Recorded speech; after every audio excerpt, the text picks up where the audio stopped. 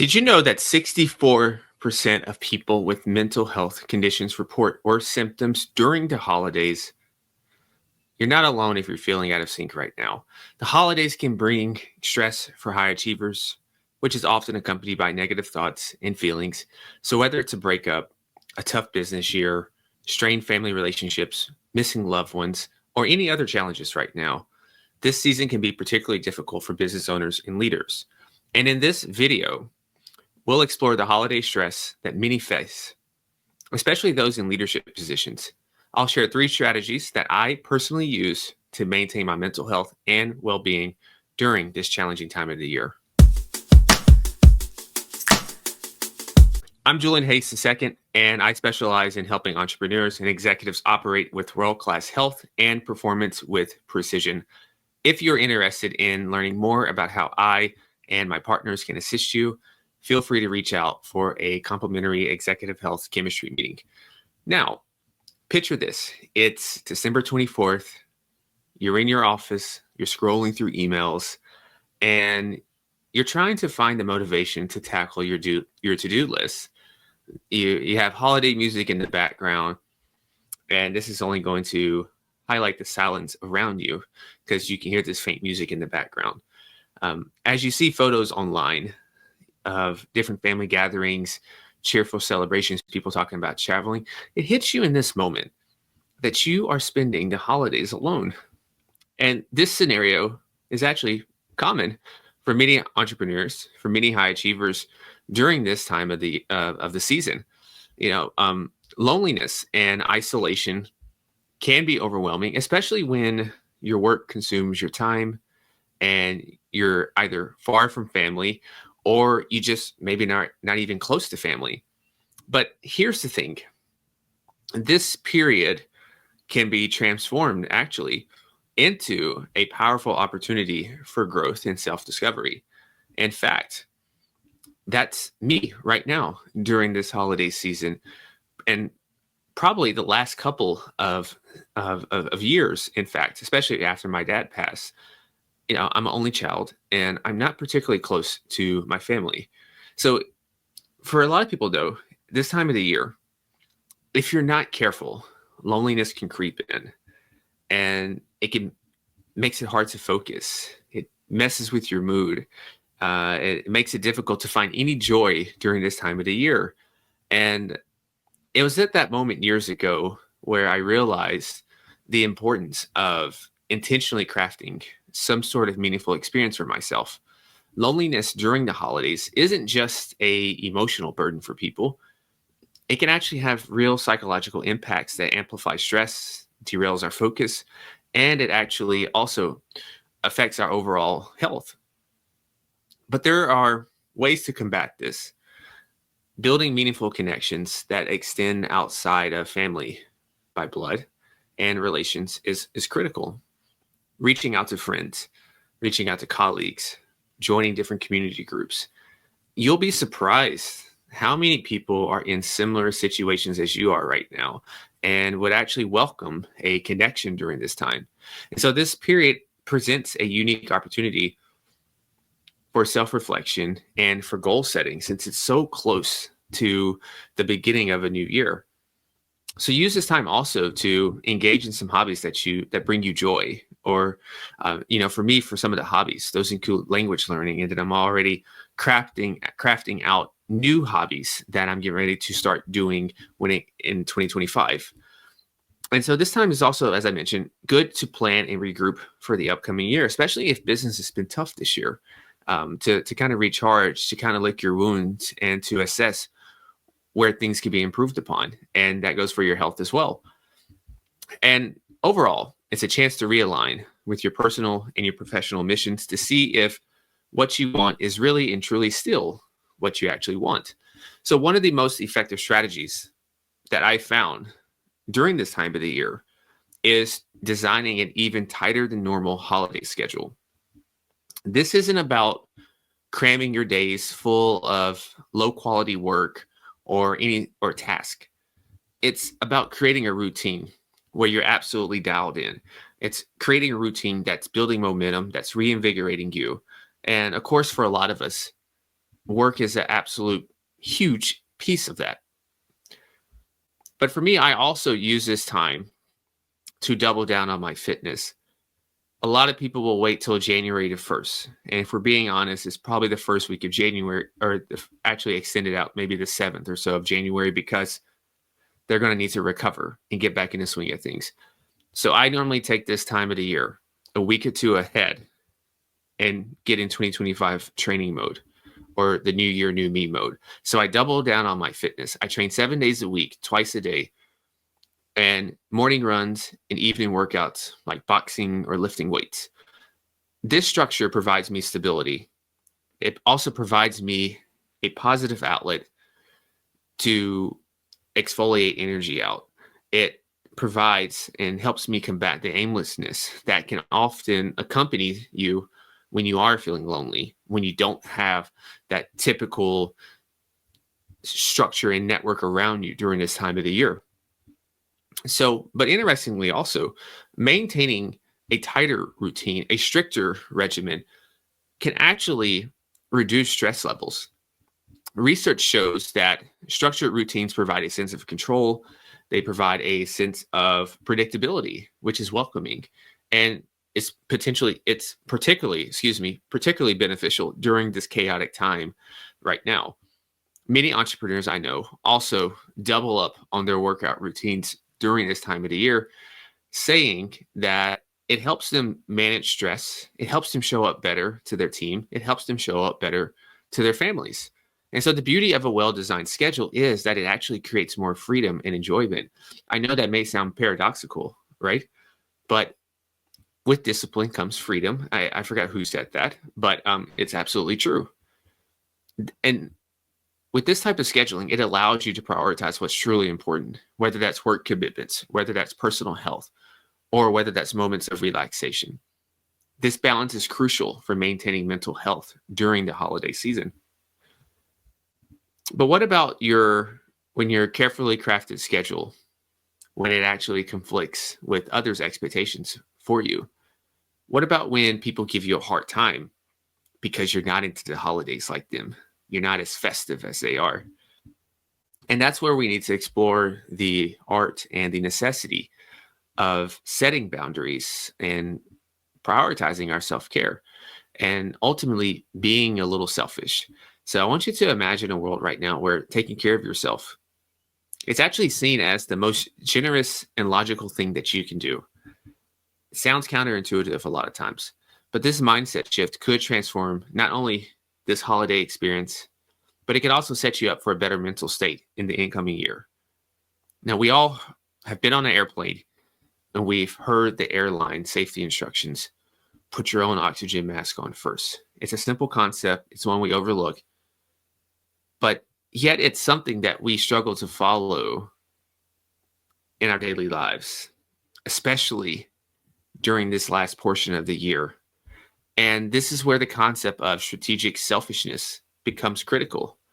The holidays can trigger intense feelings of guilt, social pressure, and as we mentioned earlier, loneliness.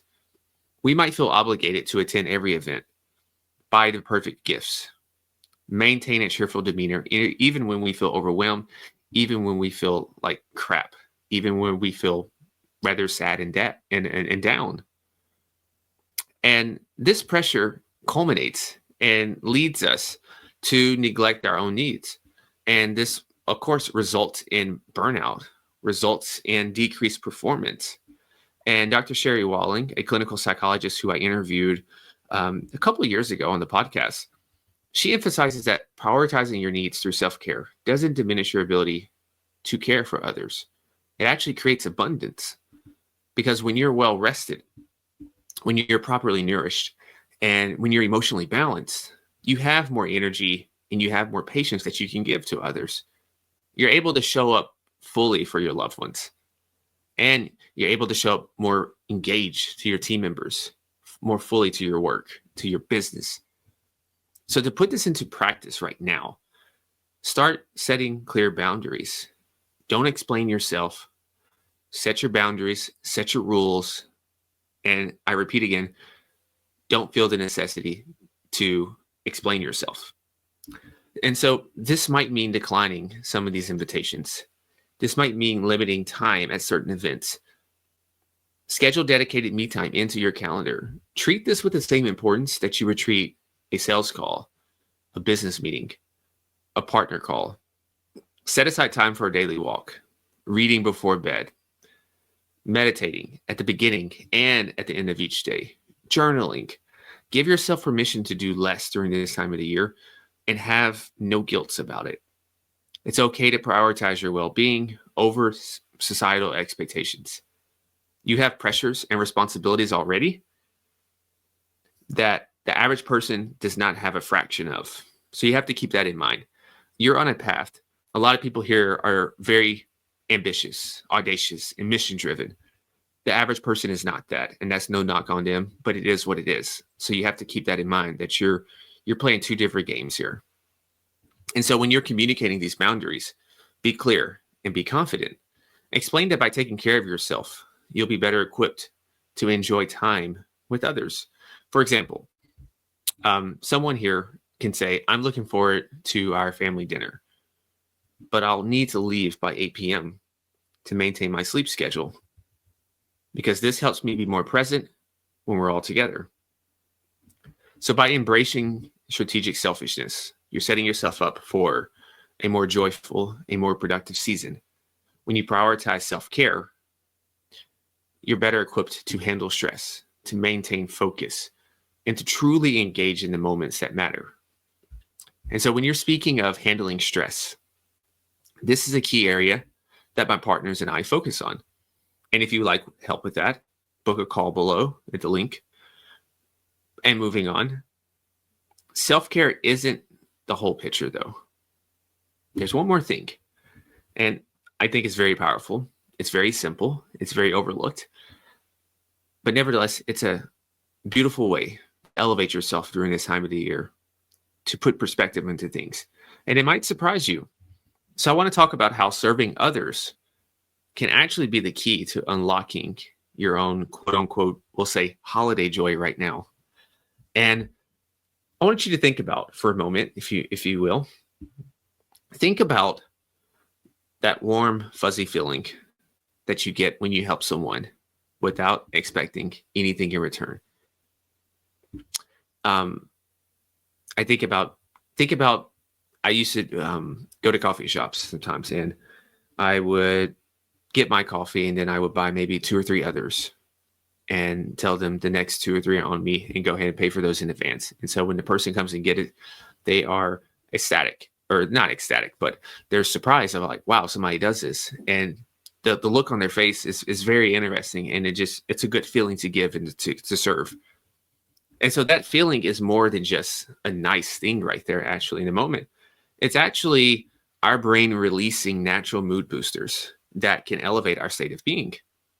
So I want to explore here really quick how serving others can help you combat any holiday overwhelm that you may be feeling right now, any holiday depression that you may be feeling, any regrets, any guilt, any sense of loneliness that you may feel right now, because we're human after all. And it might seem counterintuitive that to add another task to your busy schedule, but here's the paradox with that. Finding fulfillment through serving others during a hectic time can actually reduce your stress levels. And that needs to be really emphasized, because when you engage in acts of service, your brain is releasing chemicals that promote well-being, reduces your anxiety, and gives you, just in a general sense, a natural mood lift. But you know, you're hearing this and you're thinking this sounds good, but Julian, I barely have time already to breathe. I have enough work responsibilities. I'm growing a business, or I'm leading a team, or I'm trying to get I'm in a seed round, or 100 different things that you can probably come with right now. So do I have time to volunteer? And I want you to kind of consider this. The short-term stress of adding another commitment is far outweighed by the long-term benefits of service and its intangibles that you're going to get from it. It's about gaining perspective. It's about reducing your work-related anxiety. You know, I've seen the impact firsthand. when I served dinner at my local mission. You know, I didn't think I quote unquote have time. I didn't think I had 3 hours to give, but I'm glad I did it that day. I'm glad I do it, every so often. Other people have organized company-wide volunteer days at local shelters. And these often become the highlight of people's years.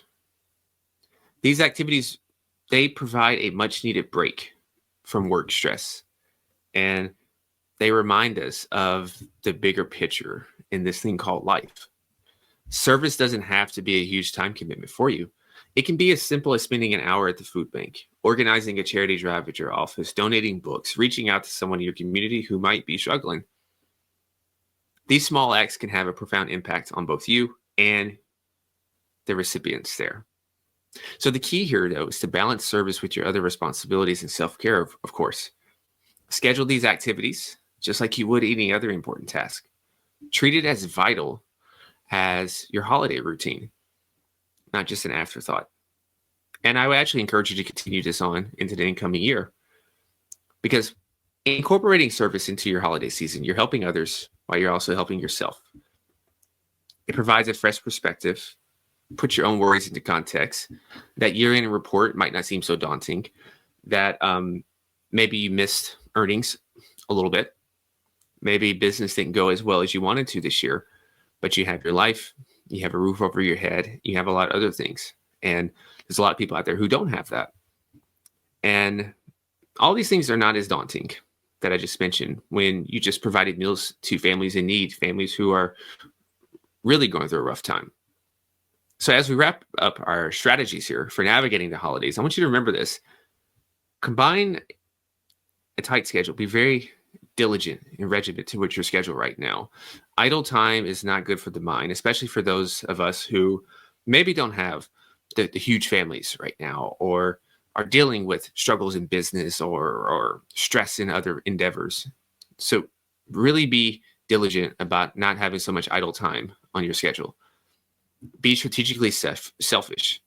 Be of service to others. And you're setting yourself up when you do these three things to thrive and build momentum into the new year. You're creating a holiday experience that's meaningful, that's balanced, that's fulfilling. And dare I say, this is the true spirit, quote unquote, of the season. So remember that even if the past holidays have been tough on you and you've had a rough year, these strategies, these three things that I mentioned here, I personally use these. And these can help you navigate this season, navigate the remainder of the year, and head into 2025 with more ease, with more purpose and momentum. You know, we want to have meaningful ways to engage this time of the year, even if it's not the traditional sense. And we still want it to align with our purpose, with our health, our mission, our values, our principles, and our goals. So I encourage you today to commit to at least one of these strategies, whether it's creating a structured schedule and doubling down even more on your fitness, setting a clear boundary for self-care, or committing, scheduling, planning some type of small acts of service. Taking that first step will make a huge difference, not even just for the person, but for yourself. So I want you to share in the comments which strategy you're choosing, and your experience might inspire others who are facing similar challenges. And so until next time, stay awesome, be limitless, and as always, go be the CEO of your health in your life. Peace.